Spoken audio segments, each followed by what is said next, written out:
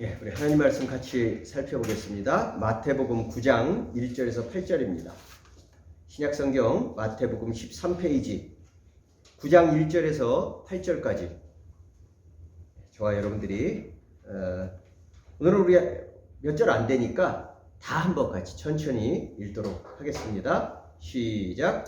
예수께서 배에 오르사 건너가 본 동네에 이르시니 침상에 누운 중풍병자를 사람들이 데리고 오거늘 예수께서 그들의 믿음을 보시고 중풍병자에게 이르시되 작은 자야 안심하라 내 죄사함을 받았느니라. 어떤 서기관들이 속으로 이르되 이 사람이 신성을 모독하도다. 예수께서 그 생각을 하시고 이르시되 너희가 어찌하여 그 마음에 악한 생각을 하느냐. 내 죄사함을 받았느니라 하는 말과 일어나 걸어가라 하는 말 중에 어느 것이 쉽겠느냐.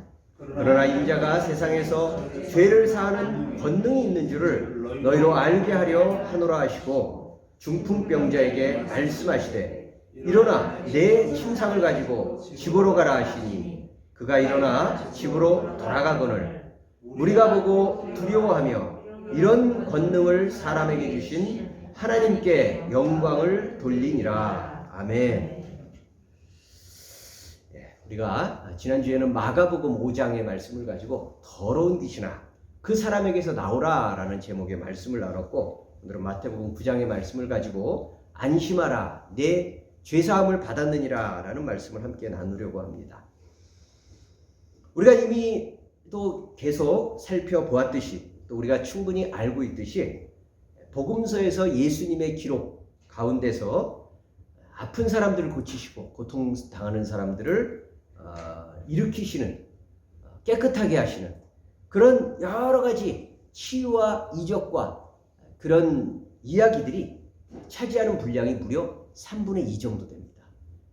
복음서에서 하나님의 예수님의 그 기적과 치유의 이야기가 무려 3분의 2나 된다라고 하는 것은 예수님이 항상 질병으로 아프고 고통스러운 사람들에게 관심이 많다라는 그런 이야기이기도 하지만, 그것을 더 넘어서 예수님이 증거하고자 했던 천국 사역에 있어서 사람이 회복되고 치유되고 또 하나님 안에서 일어나는 일이 얼마나 중요한가라는 것을 눈에 보여주는 모습으로 확인시켜주는 교훈이라고 우리는 그렇게 믿어도 됩니다.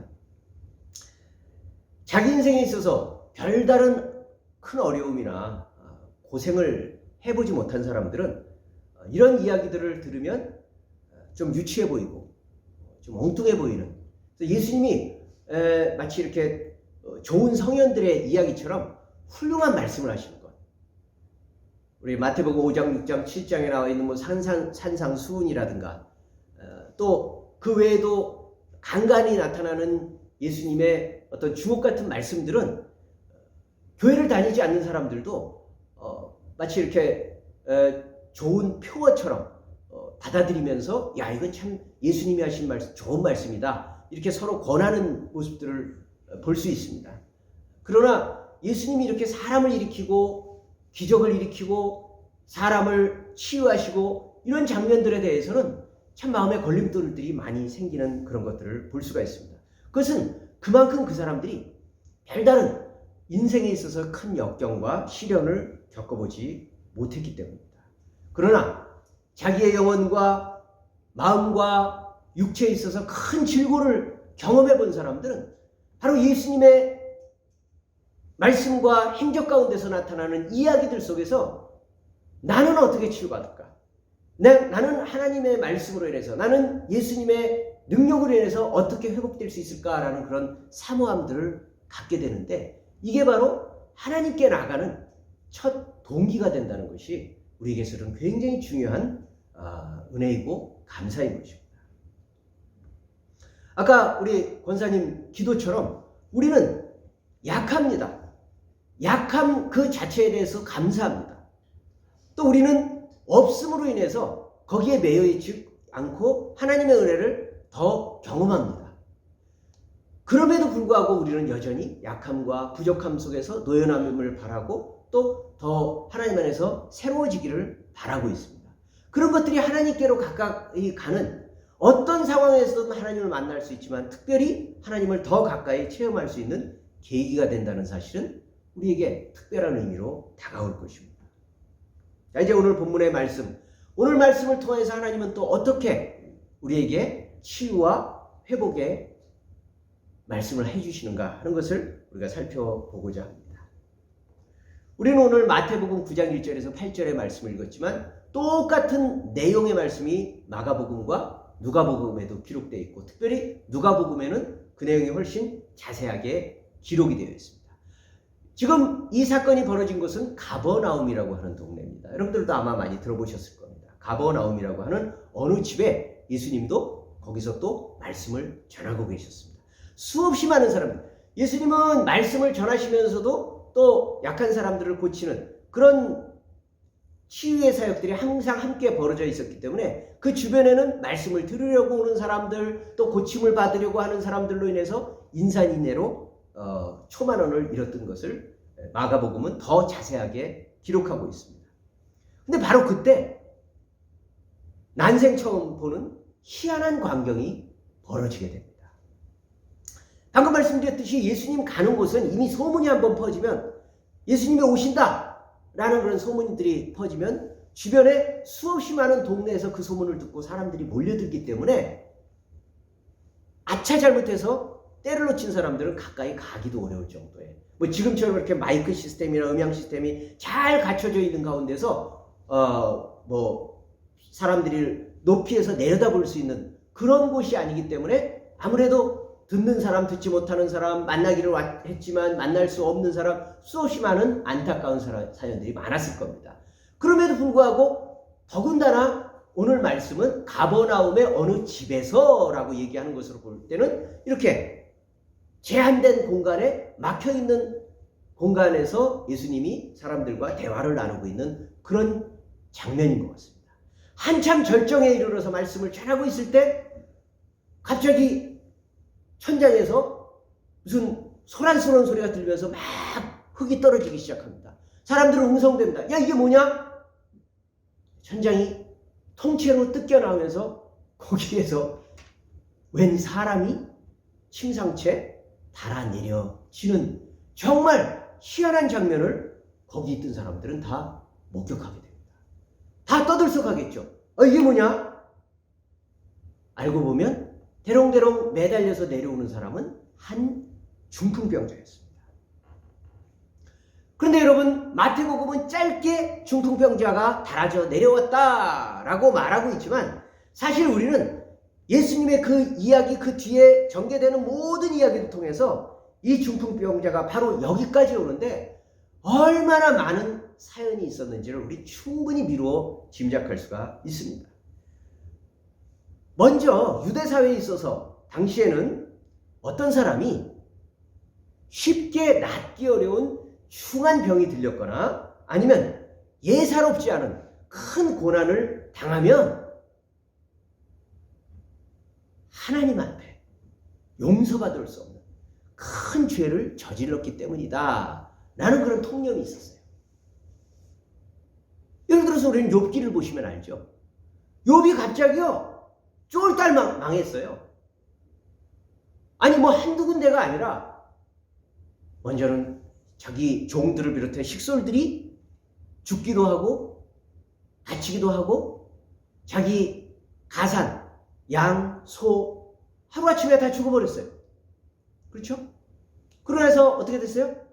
자기 자식들, 아들들이 갑자기 또 죽게 됩니다.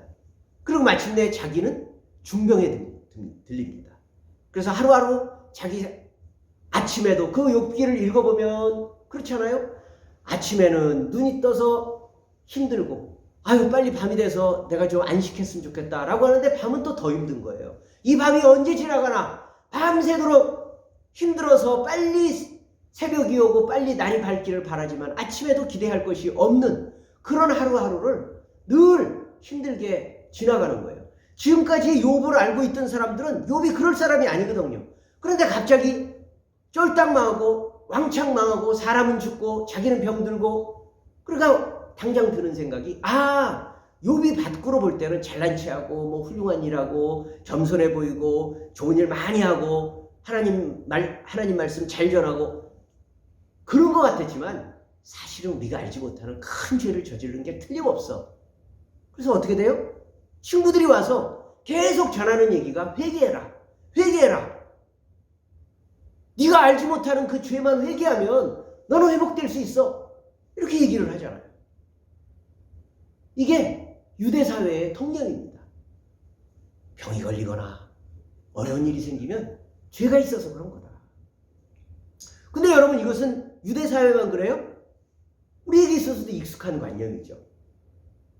아니 도대체 내가 무슨 큰 죄를 저질렀길래, 그러니까 어려운 일이 생기면 우리 먼저 그러죠. 내가 무슨 큰 죄를 저질렀길래, 아니면 다른 사람의 얘기면 저 사람 뭔가 큰 죄가 있을 거야. 말을 하든 안 하든 우리 마음속에 그런 생각이 먼저 찾아오게 됩니다. 그래서 그 죄를 발견하면 아, 내가 이런 죄가 있어서 이렇구나 라는 것을 알게 되면 어떻게 돼요? 자책감이 생기죠. 아, 난 당해도 싸. 난 아파도 마땅해. 난 망해도 싸. 라고 하면서 자기 운명을 저주하죠. 그리고 자기를 자책하면서 계속 자기를 힘들게 합니다. 반면에 그것을 찾지 못해요. 모르겠는데 내가 왜 이런 일이 생겼어? 욥처럼 아무리 찾으려고 해도 찾지 못해요. 그럼 어떻게 돼요? 쉽게 하나님을 원망하죠. 도대체 하나님이 나한테 왜 이러시는가? 라고 하면서 원망하는 일들이 생기게 되는 겁니다. 저는 여러분들도 혹시 그렇지 않을까 염려가 됩니다. 우리가 자연스럽게 다가오는 마음속에 하나가 어려운 일들이 생기면 먼저 우선 그냥 딱 관계가 없다는 것이 아니라 그냥 내가 무슨 죄를 지었나? 내가 무슨 더 큰 어려움이 있지 않았을까라고 하면서 자기를 자책하거나 그 자책감이나 죄책감에서 헤어나오지 못하는, 그래서 더 자기를 힘들게 하는 일들이 쉽게 벌어질 수 있다는 겁니다. 이 중풍병자가 그랬어요. 그러다 보니까 이 중풍병자도 자기 죄로 인해서 이 병이 들렸다는 깊은 자책감, 죄책감에 시달리고 있었고 그 죄를 아직 용서받지 못했다는 마음은 그래, 나는 이제 이 병에서 놓여나올 수 없을 거야. 내가 용서받지를 못했는데 내가 어떻게 이 병에서 놓여나올 수 있겠어? 라는 완전한 절망감에 빠지게 되었습니다. 그럴수록 어떻게 되겠어요? 몸은 더 나빠지겠죠. 몸은 점점 더 깊어지겠죠. 우리는 그 몸과 마음의 깊은 연관성을 잘 알고 있습니다. 물론 우리는 그 사람에게 여기 있진 않지만 따져 물을 수도 있겠죠. 이렇게, 아니 당신이 그렇게 하나님의 용서를 원한다면 당장 제사장에게 가서 예물을 드리고 너의 죄를 토설하고 용서를 받으면 되지 않겠냐. 그러면 너의 죄책감도 없어지고 자책감도 없어지고 너의 몸도 회복되지 않겠냐 라고 우리는 그렇게 말할 수 있을 겁니다.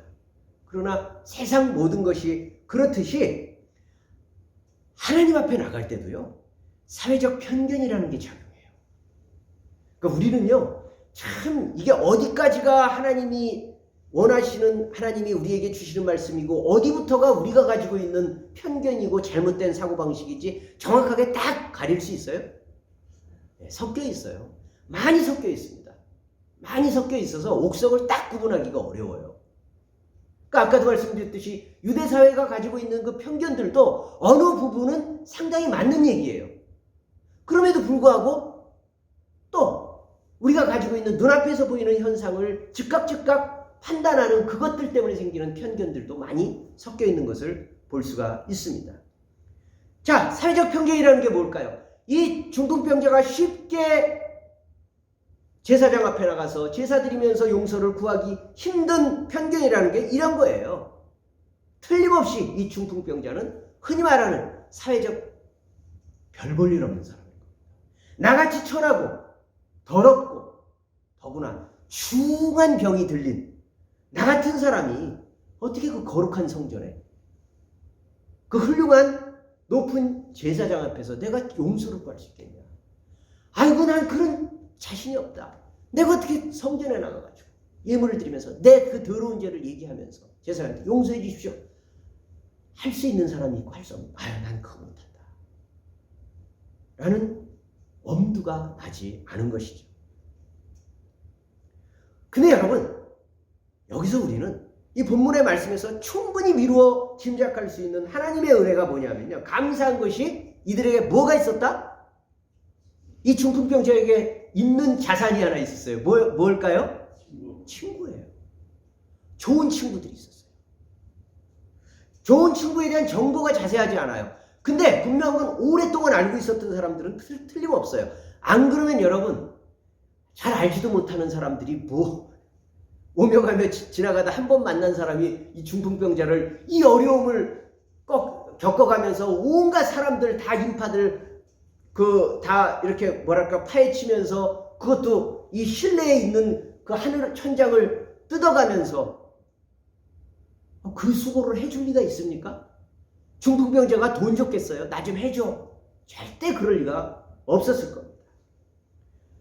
분명히 오랫동안 그 사정과 아픈 딱한 사정들을 알고 있었고, 그 마음을, 그리고 이 사람이 왜 그렇게 쉽게 엄두를 내지 못했었는지 그 상황도 충분히 알고 있었을 겁니다. 그런데 마침 예수님 소문을 들었던 거예요. 이 친구들이. 예수님이 자기가 살고 있는 그 동네 가까운 가버나움까지 오셨다. 야 이거 기회다. 야 이거 기회다. 이 내 친구를 고칠 수 있는, 예수님 앞에 데리고 갈 수 있는 기회다 라는 그런 생각을 가지고 그 친구들이 함께 다짐을 했습니다. 참 여러분, 이런 얘기가 심상치 않게 들립니다. 그때나 지금이나 사람들은, 어려운 형편에 처해 있는 사람들은 엄청나게 많습니다. 그리고 들을 만한 좋은 소식을 들을 수 있는 기회들은 또 굉장히 많아요. 그럼에도 불구하고 그 많은 아픈 사람들 가운데 어떤 사람이 오고, 또 찾아야 될 소식 가운데 어떤 사람들이 예수님의 소식을 찾아 나서요. 그러니까 우리가 이렇게 아프고 또 다른 어려움이 있고 상황이 심상치 않고 벗어나기 어려운 상황들을 만난 수없이 많은 사람 가운데서 있지만, 그 가운데서도 나의 마음이 하나님께로 향해 있다라는 것은 바로 이 친구들을 만난 이 중풍병자처럼 심상치 않은 하나님의 은혜를 이미 그 문턱 앞에 다가와 있다는 겁니다. 이것만으로도 우리는 하나님이 일하시는 것을 확인할 수가 있습니다. 사실 중풍병자도 이 친구들의 그 소리를 들으면서도 여전히 두려움이 있었을 겁니다. 아마 그 친구들이 먼저 권했겠죠. 야, 예수님이 너도 들어봤지? 그분이 가버나움까지 오셨대. 내가 너를 데리고 갈 테니까 넌 아무 걱정하지 마. 근데 여전히 이 친구는, 중풍병자는 두려웠을 겁니다. 나 같은 사람이 어떻게, 흔쾌히 아마 승낙하기는 어려웠을 겁니다. 마음 깊이에서는 간절히 원하지만, 그렇다고 해도 차마 그러자라고 선뜻 대답하지 못하는 그런 모습이었을 겁니다. 그러나 친구들이 강권해서 아까 이야기했듯이 마침내 가버나움, 그 예수님 계신 곳까지 와서 천장을 뚫어서 지금 이제 마침내 대롱대롱 달려서 이 중풍병자가 예수님 코앞에까지 내려오는 겁니다. 여러분, 자, 이 장면까지가 예수님 앞에 오기 전까지의 내용, 상상과 추측, 그러나 그 부분이 전혀 근거 없는 내용이 아니라 얼마든지 그랬을 것 같은 내용들이 마가복음과 누가복음, 마태복음의 내용들을 보면 아마 틀림없이 그랬을 겁니다. 근데 이 순간에 우리가 다시 한번 이 중풍병자의 심정을 한번 되돌아가 봅시다. 달아 내리웠을 때 만약에 여러분들이 그렇게 낫기를 바라지만 여전히 반신반의하는 마음, 그런 마음으로 이렇게 천장을 뚫고 달아 내려서 예수님 코앞에까지 왔을 때 여러분들 심정을 한번 생각해 주십시오. 주변이 얼마나 소란스러웠겠습니까? 왁자지껄 떠들면 이게 뭐야? 저 사람 누구야? 온갖 소리들이 다 들었을 때 그 공포, 두려움, 그리고 예수님을 만났지만 과연 예수님이 내게 뭐라고 말씀하실까? 내가 과연 낫기는 할까? 하는 그런 두려움, 이런 것들이 아마 교차해서 예수님 코앞에까지 나왔을 겁니다. 그런데 바로 그때 예수님이 이 중풍병자를 보면서 하신 행동과 말씀은 딱 한 가지. 뭐예요? 예, 소자야 안심하라. 내 죄사함을 받았느니라. 이게 바로 이 중풍병자가 한 번도 말하지 않았지만 자기 속에 정말로 갈망하고 있었던 그 얘기였거든요. 용서받고 싶은 심정. 나는 죄인이야. 저는 죄인입니다. 근데 얼마나 보잘것없냐면, 내가 얼마나 죄인이냐면 다른 사람들처럼 제사장 앞에 나가서 용서도 구하기 어려울 만큼 나는 그런 자격도 없는 자입니다. 근데 용서는 받고 싶습니다. 라는 마음을 자기 속에 담고 있었는데 예수님이 딱 듣고 싶은 그 얘기로 소자야 안심하라. 너의 죄사함을 받았느니라. 라는 그 말씀을 듣게 되는 겁니다. 아마 제 생각에는요, 이 말을 중풍병자가 들었을 때 기쁜 거는 둘째치고 소름이 돋았을 것 같아요. 아니 어떻게 알고? 내가 그 말을 듣고 싶었는데. 그리고 나서 잠시 정신이 잠시 후에 정신이 들고 나서는 사모하고 듣고 싶었던 하나님으로부터의 용서를 들었고 또 그것을 깨달았을 때 아마 통곡을 했을 겁니다. 눈물을 흘렸을 겁니다. 병이 낫고 안 낫고는요, 그 다음 문제예요. 일단은 감격하는 거죠. 일단은 감격하는 겁니다. 우리도 마찬가지입니다. 우리가 도무지 해결할 수 없는 절박한 문제를 하나님 앞에 가지고 나오지만 막상 살아계신 하나님을 만나면요, 문제 해결은 다음이 돼요. 내가 가지고 있던 그 사모하는 문제, 하나님 이걸 해결해 주십시오. 하나님 이거를 고쳐주십시오. 이 문제를 하나님 응답해 주십시오. 그 문제를 가지고 하나님 앞에 나오는데 하나님을 만나는 순간 문제가 중요한 게 아니라요, 하나님이 나를 보고 계셨구나. 하나님이 내 말을 듣고 계셨구나. 하나님이 나를 외면하지 않으셨구나. 그것 때문에 감격하는 거예요. 그것 때문에 감격하는 거죠. 내가 버림받지 않았다. 하나님이 나를 기억하고 계셨다. 라는 그 사실로 인해서 감동을 받는 것입니다. 아마 중풍병자도 꼭 그랬을 겁니다. 나는 하나님께 용서받았다. 나도 하나님의 자녀다. 라는 것을 깨우치는 겁니다. 그 사실만으로도 사실 그는 병이 다 나은 거예요. 예. 자기처럼 천하고 더럽고 못된 사람, 그래서 자기 운명을 저주하고 내 운명은 이거야. 우리 많이 쓰잖아요. 운명. 이 용어는요, 예수를 믿으나 안 믿으나 사실 말을 하나 안 하나 우리 안에 굉장히 많은 고정관념으로 자리 잡혀 있어요. 나는 이 이상은 안 될 거야. 나는 여기서 멈출 거야. 하나님도 이거는 원치 않으실 거야. 라고 하는 나의 고정관념 속에 이렇게 깃들려 있는 아마 운명들이 있을 거예요. 그게 예수님을 만나는 순간에 깨지는 거예요.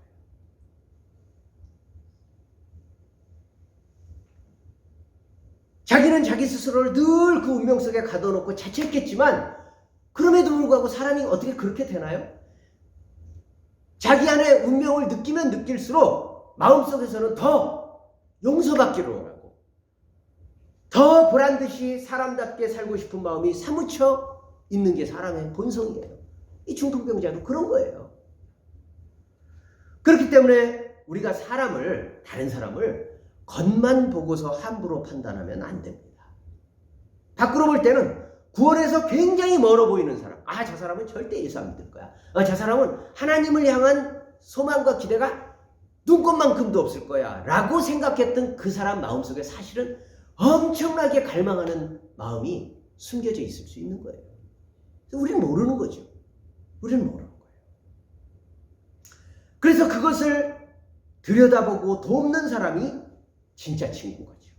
이 중풍병자 친구처럼 그것을 보면서 그 마음을 말하기도 전에 살펴서 움직여주는 이런 친구가 진짜 친구죠. 우리는 그런 친구를 바라죠. 우리가 그런 친구가 되어줍시다. 우리가 먼저 그런 친구가 되어주자고요. 이제 예수님이 용서하시고 치유하시는데 더 뭐가 필요하겠습니까? 이미 다 예수님이 그들의 마음을 확인하셨고 그들의 믿음을 확인하셨고 중풍병자의 마음을 확인하셨는데 그리고 예수님에겐 그런 능력이 있으셨는데 뭐 더 이상 뭐가 장애가 있겠습니까? 그래서 본문에는 예수께서 그들의 믿음을 보시고 라는 말씀이 들어가 있어요. 예수께서 그들의 믿음을 보시고 이제 막 치유가 일어나는 감동의 순간입니다. 그런데 그 다음 장면에서 이야기가 전혀 다른 방향으로 바뀝니다. 여기까지가 아주 절정이에요. 드라마가 여기서 딱 끝났으면 좋겠어요. 근데 얘기가 이상한 방향으로 흘러갑니다. 저도 그렇지만 우리 사람들은 참 이상합니다. 똑같은 죄를 지어도요, 똑같은 잘못을 해도 자기가 한 잘못에 대해서는 이해하고 용납할 이유들이 다 생각나요. 나니까. 난 그럴 수밖에 없었잖아요. 그렇잖아요. 난 그럴 수밖에 없었잖아요. 난 그때 그럴 수밖에 없었기 때문에 그런 거야 라고 설명할 수 있는 이유와 조건들이 너무너무 많이 생각나요. 근데 그 사람이 한 건 꼴 보기 싫어요. 그 사람이 나하고 똑같은 행동을 한 것은요, 있을 수 없는 일이에요. 용서 못할 죄예요. 그래서 우리 말에 내로남불 뭐 그런 말이 있잖아요. 네? 다른 사람이 한 것은 용서 못할 불륜인데 자기가 할 땐 로맨스다 라는 말처럼 우리는 그렇게 보는 거예요. 자기의 모습을 보지 못하는 거죠. 네, 지금 이 감동적인 장면을 목격하면서도 분노에 부르르 떠는 사람들이 있는 거예요. 다른 생각을 하고 있습니다. 그들은 오늘 본문에서 서기관들이라는 표현으로 나타나는 사람들입니다. 율법 박사들이죠. 율법 박사들입니다. 하나님의 율법을, 그 당시 구약밖에 없었으니까 하나님의 말씀인 구약을 달달달달 꿰고 있으면서 그게 저 사람들에게 상황 속에서 어떻게 전달되고 증거돼야 되는 것을 늘 살피며 돌아다니는, 그것을 직업적으로 행하는 사람들이 바로 이 서기관들입니다. 물론 그들의 직업과 역할을 생각한다면 예수님을 삐딱하게 보는 것도 어느 정도 이해할 만합니다. 왜 그렇습니까? 3절 보세요. 3절. 왜 삐딱하게 보죠? 어떤 서기관들이 속으로 이르되, 자, 뭐라고요? 이 사람이 신성을 모독하도다. 신성을 모독하는 게 뭐예요? 예수님이 뭐라 그러셨어요? 내 죄사함을 받았느니라. 병 고치는 건 좋다 이거예요. 예수님 이전에도 있었잖아요. 수없이 많은 선지자들도 행했잖아요. 아니, 기독교 아니라도 병 나는 건 있잖아요. 그건 있을 수 있다는 거예요. 그런데 죄가 뭔데? 아무리 봐도 30 정도 밖에는 안 돼 보이는 새파란 젊은이가 무슨 죄를 사한다는 얘기를 합니까? 어디 건방지게. 신성모독이죠. 자기가 하나님의 역할을 대신한다는 말이죠. 그러니까 율법 박사들, 바로 이 서기관들이 그런 지적을 한 것에 대해서는 이해할 만해요. 그러나 예수님이 진짜 탄식하신 것은 그들의 그러한 성경적인 이해가 아니라 하나님과 사람을 대하는 그들의 차가운 태도입니다. 4절을 보면 너희가 어찌하여 마음에 악한 생각을 하느냐, 이렇게 예수님이 꾸짖으십니다. 방금 살펴봤듯이 우리 눈앞에는 오랜 세월 깊은 병만큼이나 깊은 열등감과 죄책감에 찌들어서 고통당하였던 한 사람이 하나님의 용서를 받고 지금 감격해서 눈물 줄줄 흘리면서 기뻐하는, 그리고 회복되려 가는 그 찰나에 그 상황을 목격하고 있습니다. 그런데 하나님의 말씀을 꿰차고 앉아있는, 모든 것들을 다 기억하고 있다는 그 사람들이 똑같은 장면을 목격하면서도 그것을 함께 기뻐하고 축하하는 마음은 조금도 찾아볼 수가 없습니다. 이처럼 여러분, 어려운 처지를 빠진 사람을 보면서 함께 아파하고 또 마땅히 기뻐해야 될 소식을 듣고 또 그 상황을 보면서 함께 기뻐하는 마음은 쉬운 것 같지만 사실 그렇게 쉬운 게 아니에요. 우리도 많이 경험해봤잖아요. 이건 마땅히 기쁠 일인데 나는 별로 기쁘지 않아요. 뭔가 꼬여있기 때문에. 이건 마땅히 슬픈 일인데, 함께 애도할 일인데, 애도한다는 말을 하는데 내 마음은 기뻐요. 아, 잘됐다. 이것은 하나님이 주시는 마음입니다. 하나님이 주시는 마음. 자, 도대체 이게 하나님의 주시는 어떤 마음이냐? 우리가 이미 살펴봤던 마음입니다. 여러분들 한번 성경 우리가 찾아볼까요? 마태복음 5장 8복 기억하시죠? 마태복음 5장 조금 앞에 보면 마태복음 5장 있죠? 4절을 한번 같이 읽습니다. 시작. 애통하는 자는 복이 있나니 그들이 위로를 받을 것이며, 또 7절. 긍휼히 여기는 자는 복이 있나니 그들이 긍휼히 여김을 받을 것이며. 틀림없죠? 하나님이 주신 마음이에요. 복 있는 마음이에요. 애통하는 마음, 긍휼히 여기는 마음. 그 마음이 있다는 거는요, 하나님이 이미 우리를 긍휼히 여기시고 우리를 불쌍히 여기셨다. 그 경험을 했기 때문에 가질 수 있는 마음. 우리는 이번 주간에 러시아가 우크라이나를 침공한다, 안 한다, 수없이 많은 얘기가 있지만 결국은 침공을 해서 지금 이제 거의 키예프 그 수도에 진입을 목전에 두고 있는데, 놀라운 것은 침공이 되자마자 며칠 안에 우크라이나가 완전히 다 함락될 것이다 라고 생각했는데 그렇지 않아요. 꽤 오래 버티고 있어요. 뿐만 아니라 오히려 러시아 군대들이 지금 주춤하고 있을 뿐만 아니라 당황하고 있는 거예요.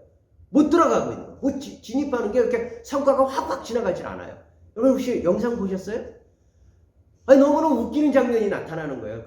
러시아 국민들이 아이고 걸음 하나 살려라 그러고 도망갈 줄 알았더니 피난 가기는커녕 더 웃기게도 무슨 목총 같은 거 화염병 만들고요. 막 결사전에 그 여성들까지도 전쟁을 준비하고 있는 거예요. 러시아군 그 최첨단 미국과 겨룰 수 있는 그 첨단 무기를 장착한 기갑부대가 막 몰려오고 미사일이 날라오고 그러고 있는데 이 사람들이 군사훈련 받고 있어요.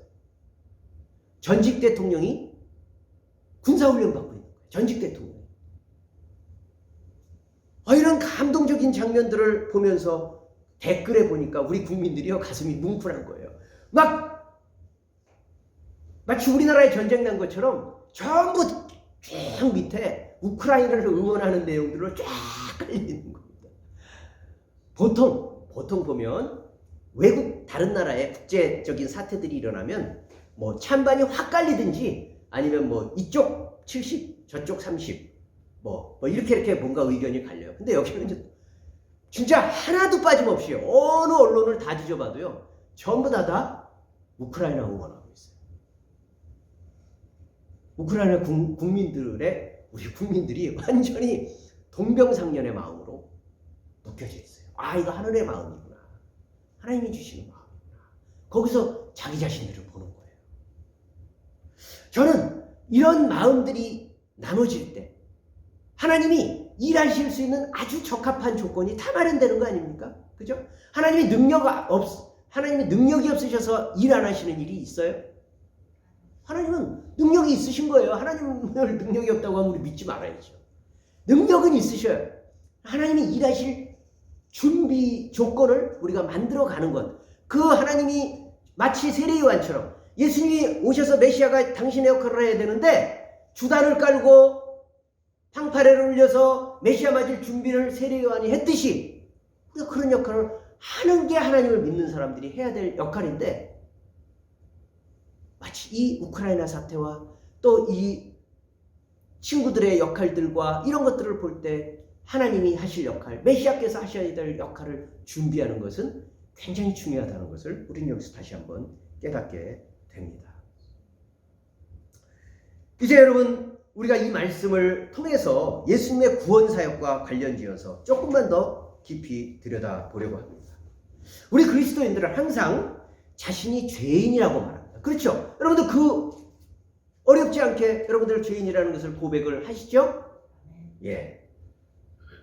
이거 하나님을 알지 못하면 어느 누구도 할 수 없는 고백을 우리가 자연스럽게 할 수 있다는 것만 하더라도 성령께서 내 안에 계시다는 확증입니다. 아니 성령이 없는데 우리가 어떻게 죄인이란 말을 합니까? 우리는 알잖아요. 본성상 누군가 내가 잘못한 거 분명히 알아도 다른 사람이 나한테 잘못을 지적하면 기분 나쁘잖아요. 그 말한 사람 꼬여서 보게 돼요. 저도 그래요. 알고 있어요. 내가 아는데 그 지적하면 기분 되게 나빠요. 그럼에도 불구하고 내가 죄인입니다 라는 것을 진정으로 인정하고 고백할 수 있다는 것은 성령이 우리 안에서 계신 증거입니다. 그런데 여러분 어느 순간 이게 너무 익숙해지기 쉬워요. 나 죄인입니다. 죄!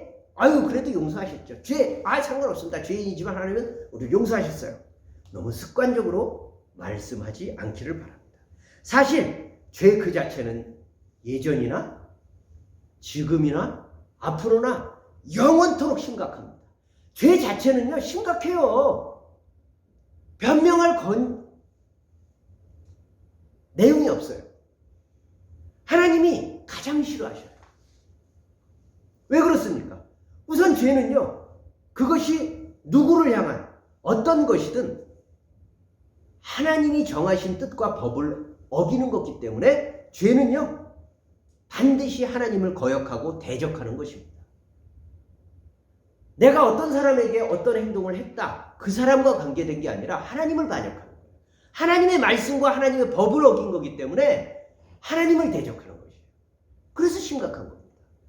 그래서 모든 죄는 결국 하나님께 짓는 겁니다. 모든 죄는 하나님께 짓는 겁니다. 또 죄가 심각한 것은 병이나 오염, 코로나 이런 오염처럼 일단 한번 범하면 반드시 그 흔적을 남깁니다. 그리고 영향을 넓게 줍니다. 죄는요 반드시 그 흔적을 남기고 영향을 넓게 줍니다.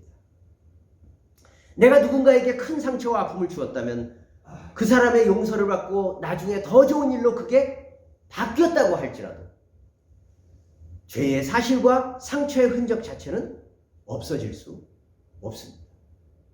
여러분 부활하셨을 때 예수님의 모습을 보십시오.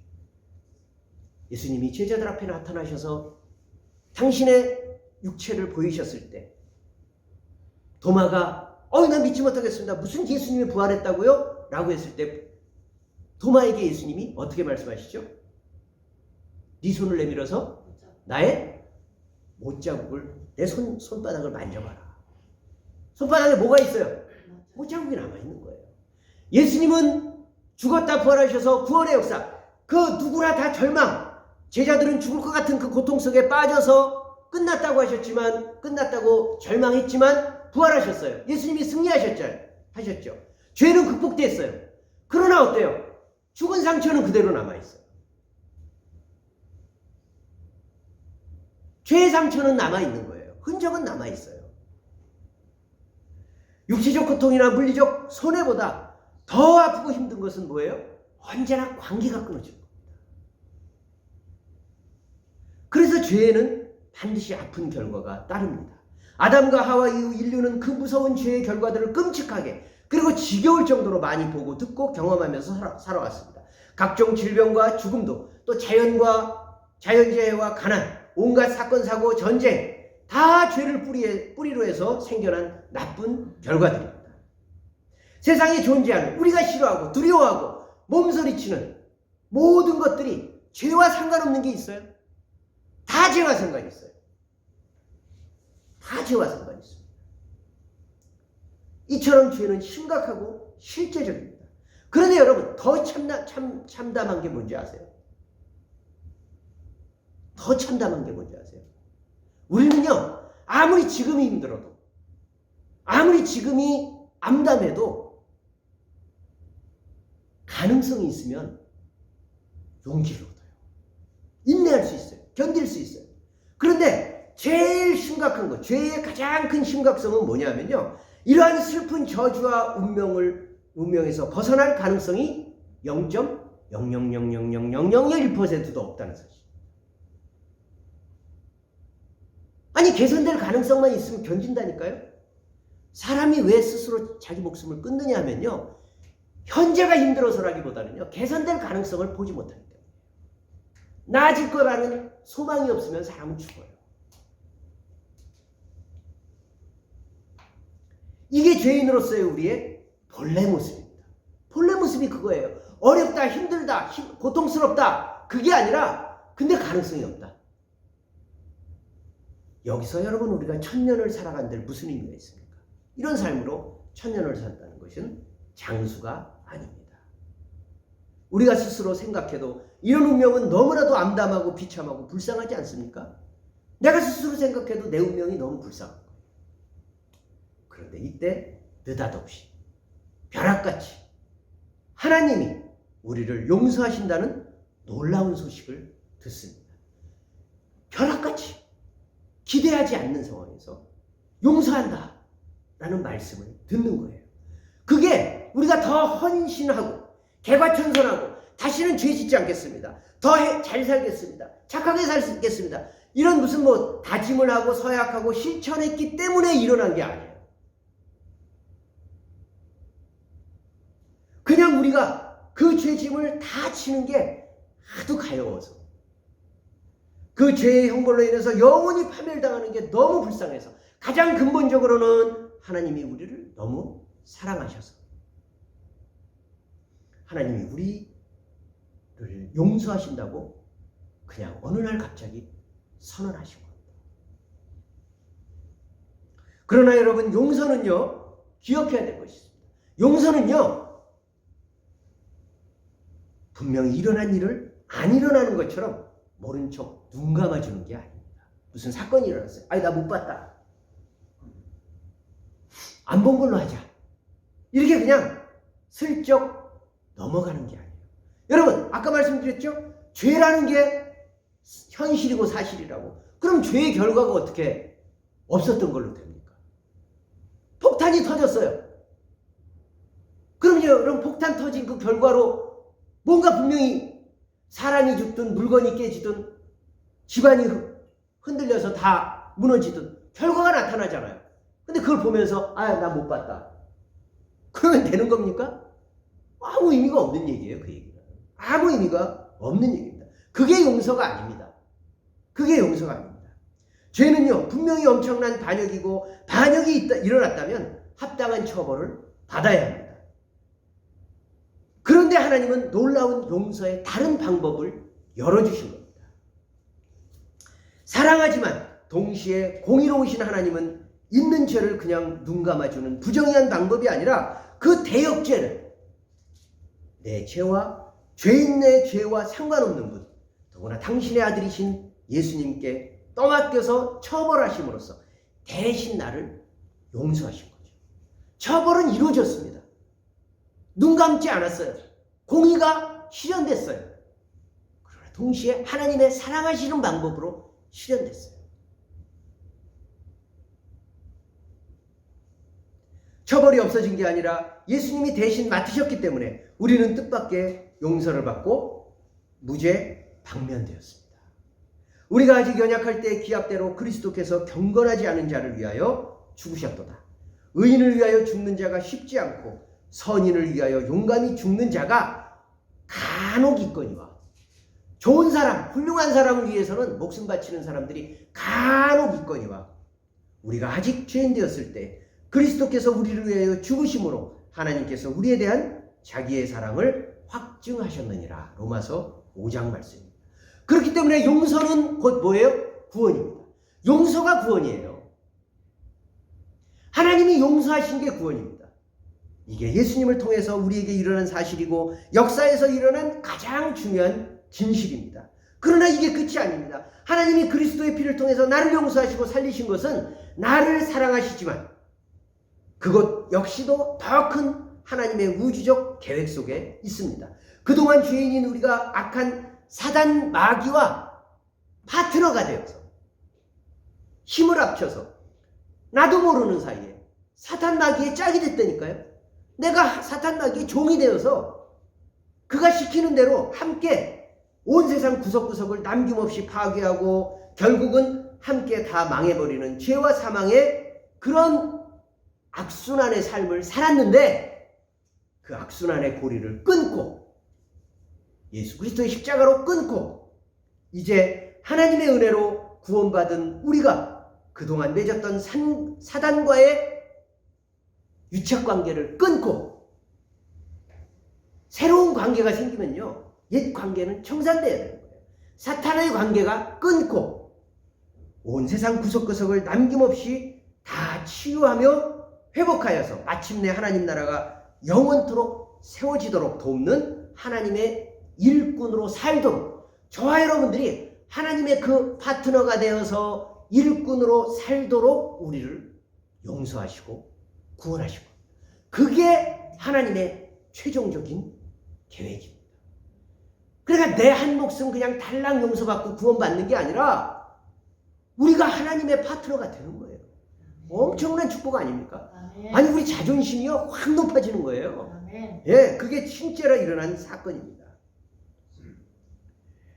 여러분, 지금 우리 이 말씀을 들었어요.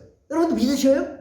이게 하나님의 구원 계획인데 이 사실을 정말 알고 믿고 체험했다면, 여러분, 내게 죄 지은 사람, 나에게 잘못한 사람, 어떤 죄라도 용서하지 못할 사연과 내용이 있겠습니까? 없죠? 없어요. 모두가 보는 앞에서 그 사람 나한테 수치를 줬어. 나 그것만은 용서 못해. 돈 떼먹고 도망갔어. 야, 그 돈이 어떤 돈인지 아냐? 세상에 내 돈을 떼먹고 도망갔어. 내 피부치지만 나를 사랑하지 않고 많은 상처만 주었어. 나의 부모와 형제 용서 못해. 내 남편이 바람 피웠어. 나를 버리고 다른 여자를 사랑했어. 다른 남자를 사랑했어. 용서 못해. 그러나 여러분, 우리가 정말 십자가로 인해서 용서받은 그 거대하고 어마어마한 사실을 진짜 믿는다면요, 거기에 상대해서 이거는요, 세 발의 피고. 여러분, 이게 쉽다는 말이 절대 아닙니다. 그리고 저도 쉽게 하는 말이 아닙니다. 그러나 하나님의 용서와 예수님의 구원을 참된 사실로 믿고 체험한 사람이라면요, 시간이 걸려도 결국 그렇게 됩니다. 결국 용서하게 됩니다. 결국 용서할 수 있습니다. 왜요? 하나님이 용서하도록 은혜를 계속 우리 안에 주실 겁니다. 계속 주실 겁니다. 그게 복음의 진실입니다. 그 용서는 나의 수양, 나의 도덕성에서 나오는 게 아니라 하나님이 먼저 내게 주신 은혜가 내 안에서 효과를 발휘하는 과정이기 때문입니다. 자, 여러분, 우리는 이것이 복음이라는 사실로 인해서 우리는 정말 감동합니다. 이것으로 충분합니다. 이것으로 충분합니다. 이 말씀 여러분 충분하지 않아요? 그러나 사람은 약해서 아무리 분명한 복음, 확실한 약속을 말해도 눈에 보이는 증거를 여전히 원합니다. 여러분들은 여전히 낫기를 바라요. 그리고 저도 여전히 회복되기를 바라요. 그리고 그것은 정당해요. 그래서 그것을 모두의 눈앞에서 확인시켜주기 위해서 예수님은 마지막 행동을 한 가지 덧붙이시는 내용이 나타납니다. 5절입니다. 그리고 5절. 자, 그 서기관들을 꾸짖는 말씀이 나타나고, 왜 악한 생각을 하느냐? 꾸짖고 나서, 자, 내 죄사함을 받았느니라. 자, 5절부터 읽습니다. 같이 시작. 내 죄사함을 받았느니라 하는 말과 일어나 걸어가라 하는 말 중에 어느 것이 쉽겠느냐? 자, 사람들이 그 예수님이 이제나 저제나 치유하실까? 그 구원의 말씀인지 알겠다. 야, 그렇구나. 하나님이 다 용서하셨구나. 라는 것을 다 마음속으로 받아들였지만 여전히 사람들의 기대는 고치실까 안 고치실까? 여기에 남아있는 거예요. 눈앞에서 그 사람 고칠까 안 고칠까? 거기에 침을 꼴딱거리면서 쳐다보고 있는 거예요. 근데 예수님이 이렇게 말씀하십니다. 자, 일어나 걸어라. 라고 내가 말하는 것과 내 죄사함을 받았느니라 라고 말하는 것과 뭐가 쉽겠냐? 뭐가 어렵겠느냐? 자, 여러분, 뭐가 더 쉬워 보입니까? 어떤 말이 더 쉬워요? 어떤 말이 더 쉬워요? 알쏭달쏭하죠. 알쏭달쏭하죠. 말하기는 뭐가 더 쉬워요? 말하기는 나았느니라 라는 말하고 네 죄를 용서했다 라는 말하고 말하기는 뭐가 더 쉬워요? 아니, 죄 용서가 쉽죠. 안 보이잖아요. 안 보이잖아요. 근데 일어나 걸어라 라는 말은 어떻게 해야 돼요? 지금 당장 걸어야 되잖아요. 그러니까 말하기는 당연히 그 말이 어렵죠. 근데 사실은 뭐가 더 어려워요? 죄를 사하는 권세가 예수님만 하실 수 있는 거죠. 그거 다시 사실은 더 어렵죠. 그러나 보이는 데는 병치유가 훨씬 어렵습니다. 그래서 예수님이 6절에 이렇게 말합니다. 그러나 자, 말하기는 분명히 죄사함을 받았느니라 라는 말이 더 쉽다. 그리고 나는 죄사함을 받았느니라 라는 말을 했다. 그러나 인자가 세상에서 죄를 사하는 권능이 있는 줄을 너희로 알게 하려 하노라 하고 보란듯이 중풍병자에 말씀하시되 일어나 내 침상을 가지고 집으로 가라 하거늘 하시니 그가 일어나 집으로 돌아갔다. 확인을 원했죠. 하나님은, 예수님은 확인까지도 보여주십니다. 그래, 내가 하는 치유는 완전한 거야. 미흡함이 없어. 너희들이 원하는 대로 해주라 라고 하면서 보이는 곳에서 바로 그런 치유의 역사를 보여주십니다. 여러분, 이게 하나님이 이루시는 참된 구원입니다. 그리고 새순병원의 목표이기도 한 전인 치유입니다. 그래요. 이 중풍병자에게 전하게 아주 확연하게 드러났지만 죄를 용서한다는 말씀으로 뭐가 치유돼요? 영혼이 치유됐죠? 영혼이 치유됐어요. 그러니까 영혼이 치유되니까 병과 함께 들어왔던 수십 년 동안에 뿌리내렸던 죄책감과 열등감, 두려움 이런 것들도 말끔히 걷어지면서 마음이 회복되었죠. 그런 가운데서 이제 마침내 예수님이 일어나 걸어라 라고 해서 그의 몸도 어떻게 돼요? 회복되었죠. 영혼의 치유와 마음의 회복과 몸의 깨끗함을 받는 완전한 치유가 예수님 안에서 이루어지는 것을 우리는 이 본문에서, 짧은 본문에서 확인할 수 있습니다. 그러나 여러분, 이것이 어떻게 2000년 전 그 사람의 이야기이기만 하겠습니까? 우리도 하나님께 나가서 우리의 죄를 용서받고 내 영혼 깊이까지 깨끗하게 치유받읍시다. 아멘. 우리도 하나님이 주시는 사랑을 믿어서 열등감과 죄책감 그리고 그로 인해서 생겨난 모든 두려움에서 벗어나서 마음 속속들이 다 치유받읍시다. 아멘. 그리고 그 하나님이 주시는 용서와 사랑의 큰 치유와 회복의 에너지를 받아서 꼭 필요하지만 약해진 세포들은 강해지고 살아나고 우리를 해치는 세포들은 몸 곳곳에서 도려내지는 하나님의 완전하신 치유의 몸의 회복도 누리기를 소망합니다. 아멘.